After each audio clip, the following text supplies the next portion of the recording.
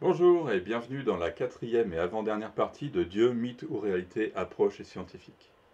Alors dans le cours précédent, nous avons terminé sur la question des chaînons manquants. Darwin avait déclaré que normalement on devrait très vite retrouver ces chaînons manquants. Et que si on ne les retrouvait pas, il fallait renoncer à sa théorie. Alors aujourd'hui, ces chaînons manquants sont toujours aussi manquants finalement. Cependant, la théorie n'a pas été annulée conformément aux souhaits de Darwin.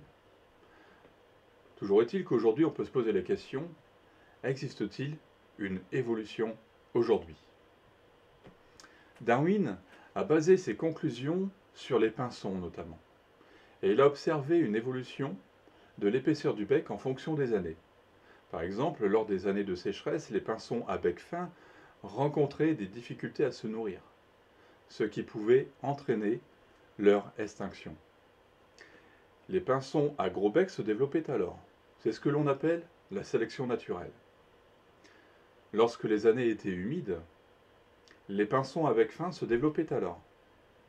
Ils pouvaient se nourrir de fleurs et de petites graines, tandis que les pinsons à gros bec commençaient à se faire plus rares. Les évolutionnistes voient comme une évolution le fait qu'un poisson perde ses yeux et se déplace ainsi sans sa vue. Je vous pose la question: est-ce une évolution ou une dégénérescence?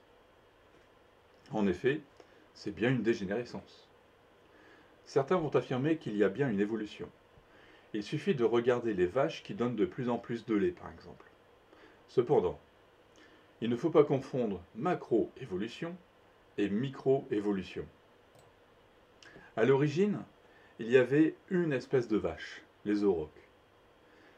Cette espèce, l'homme l'a domestiquée et a favorisé le développement des vaches qui produisent plus de lait.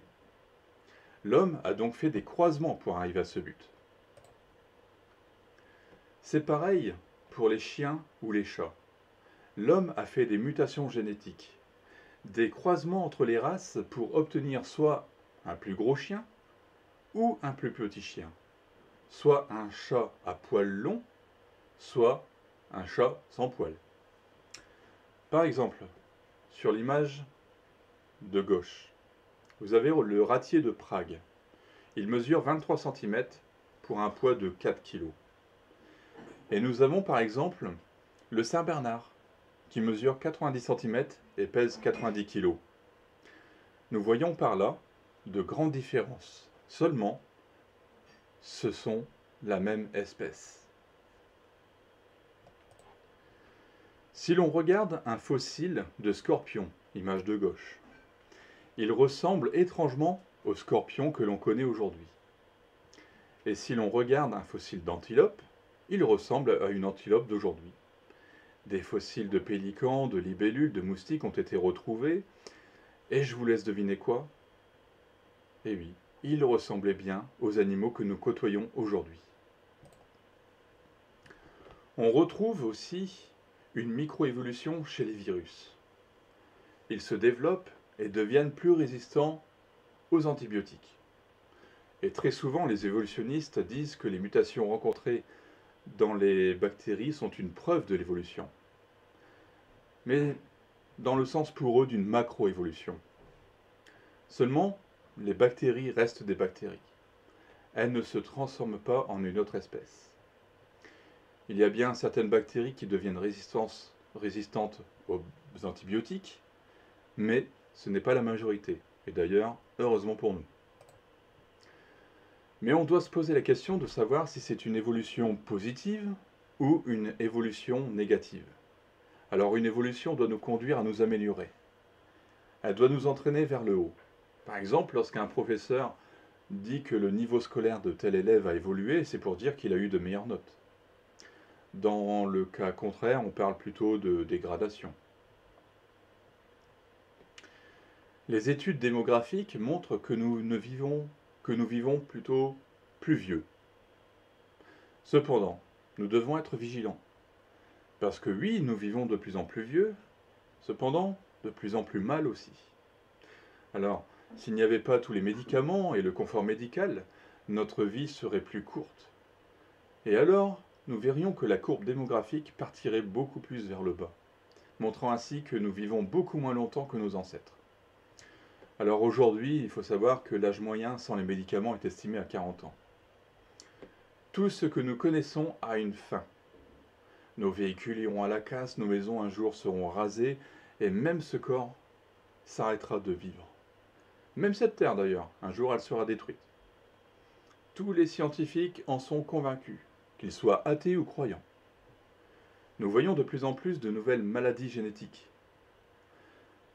Et cela est dû à toutes les mutations que nous avons héritées de nos parents, des mauvaises mutations.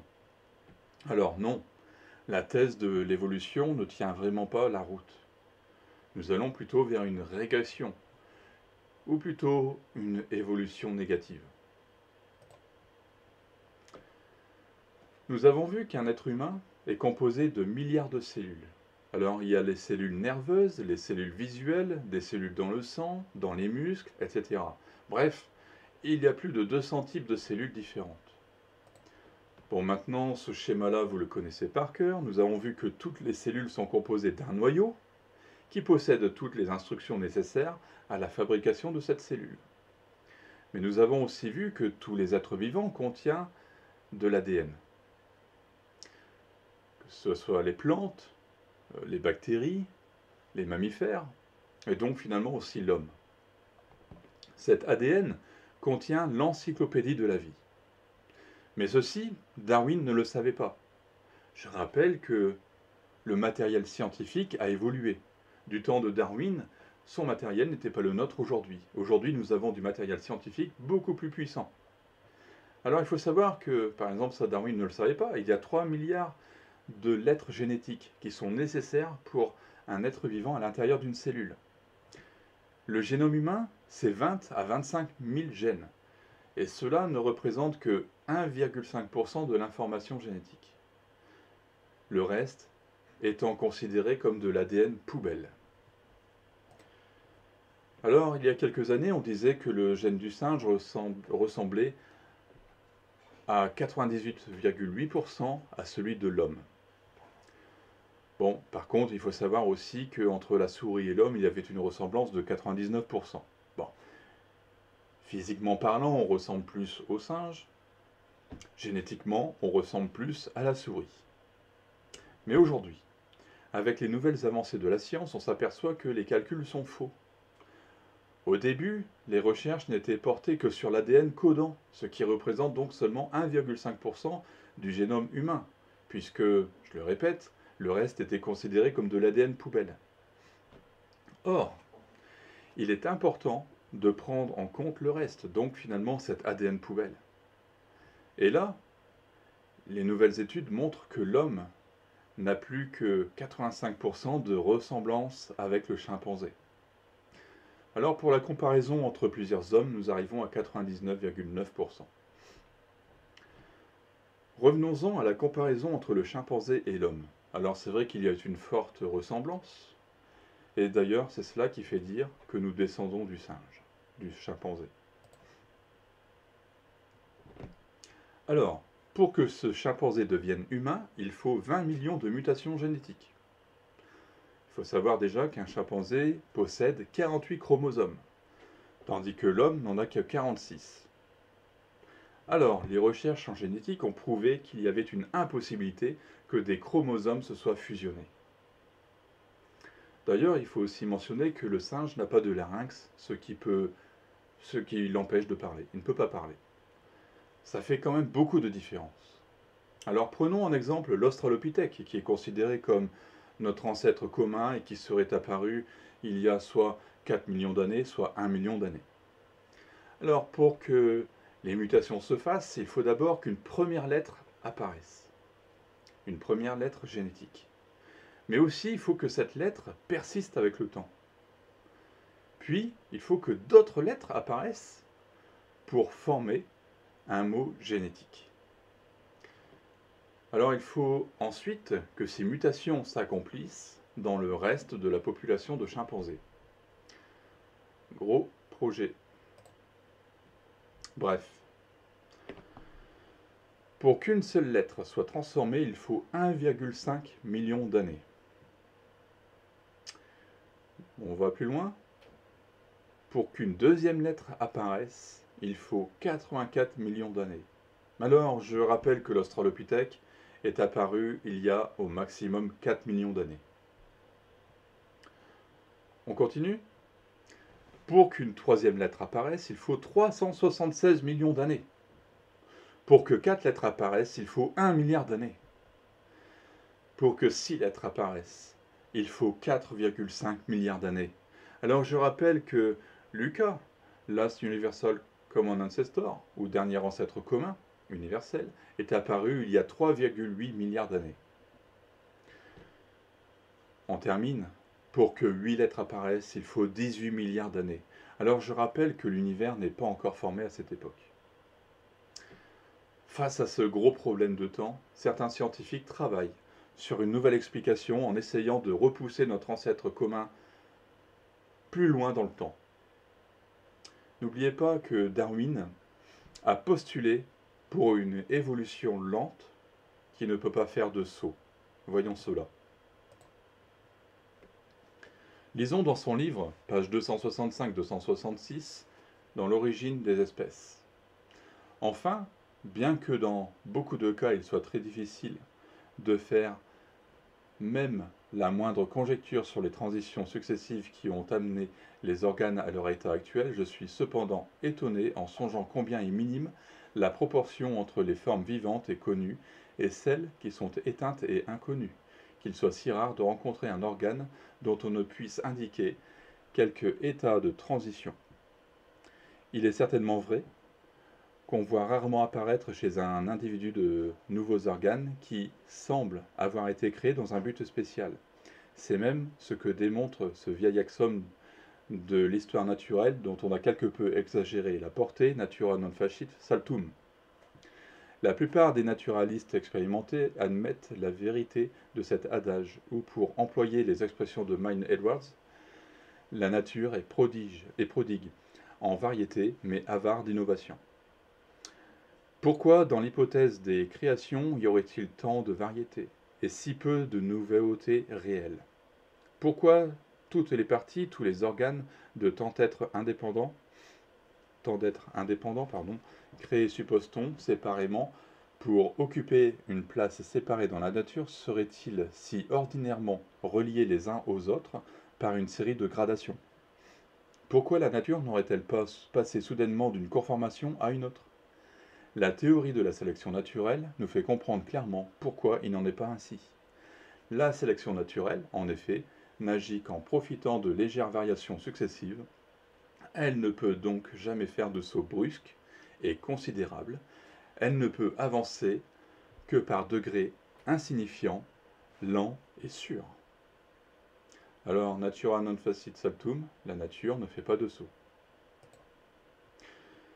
L'évolution se fait lentement, très lentement selon Darwin.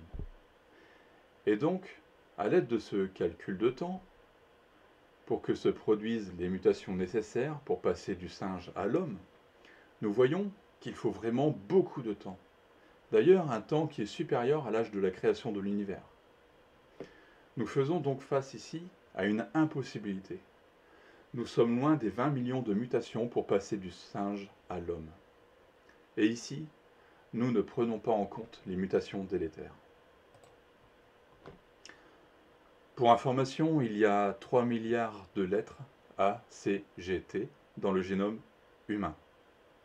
Chez une personne de 60 ans, il y a déjà eu 40 000 mutations.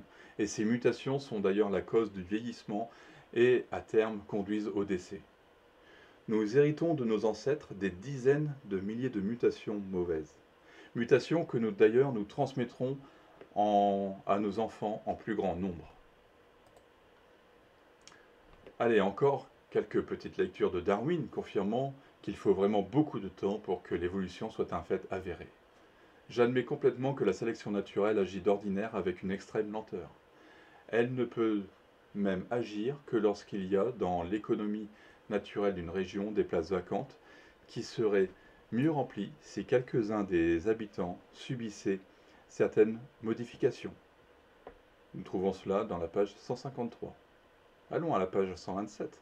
Or, si la nature vous voulez produire un pigeon à bec très court pour l'avantage de cet oiseau, la modification serait très lente. Et la sélection la plus rigoureuse se ferait dans l'œuf, et ceux-là seuls survivraient ceux qui auraient le bec assez fort, car tous ceux à bec faible périraient inévitablement, ou encore la sélection naturelle agirait pour produire des coquilles plus minces, se cassant plus facilement, car l'épaisseur de la coquille est sujette à la variabilité, comme toutes les autres structures. Poursuivons. La distinction bien nette des formes spécifiques et l'absence d'innombrables maillons de transition les reliant les unes aux autres est une difficulté évidente. Donc Darwin finalement reconnaît que sa théorie de l'évolution n'est pas bonne. Page 430. Le nombre de formes intermédiaires constituant les chaînons de transition entre toutes les espèces vivantes et les espèces perdues a donc dû être infiniment grand. Or, si ma théorie est vraie, elles ont toutes dû vivre sur la Terre. Alors, le problème, comme je le disais tout à l'heure, c'est que ces chaînons manquants n'ont jamais été retrouvés. Alors nous retrouvons des ossements humains, des ossements de singes, mais on n'a jamais retrouvé d'ossements intermédiaires. Alors il fut un temps, plusieurs scientifiques avaient déclaré avoir retrouvé un chaînon manquant, une forme de transition entre le monde aquatique et le monde terrestre, le colocante. Pour eux, ce poisson a développé des palmes et est sorti hors de l'eau. Le problème est qu'un jour, on a retrouvé un colocante bien vivant en train de nager. Donc finalement, toujours pas de chaînon manquant. Toujours pas de preuve de forme transitoire entre une espèce et une autre. Alors je termine maintenant. Prochainement, vous aurez la dernière vidéo. Alors bien sûr, si vous avez une question, un besoin de prière, vous avez l'adresse mail axelministries@gmail.com. Je vous rappelle, n'oubliez pas de vous abonner. Que Dieu vous bénisse et à bientôt.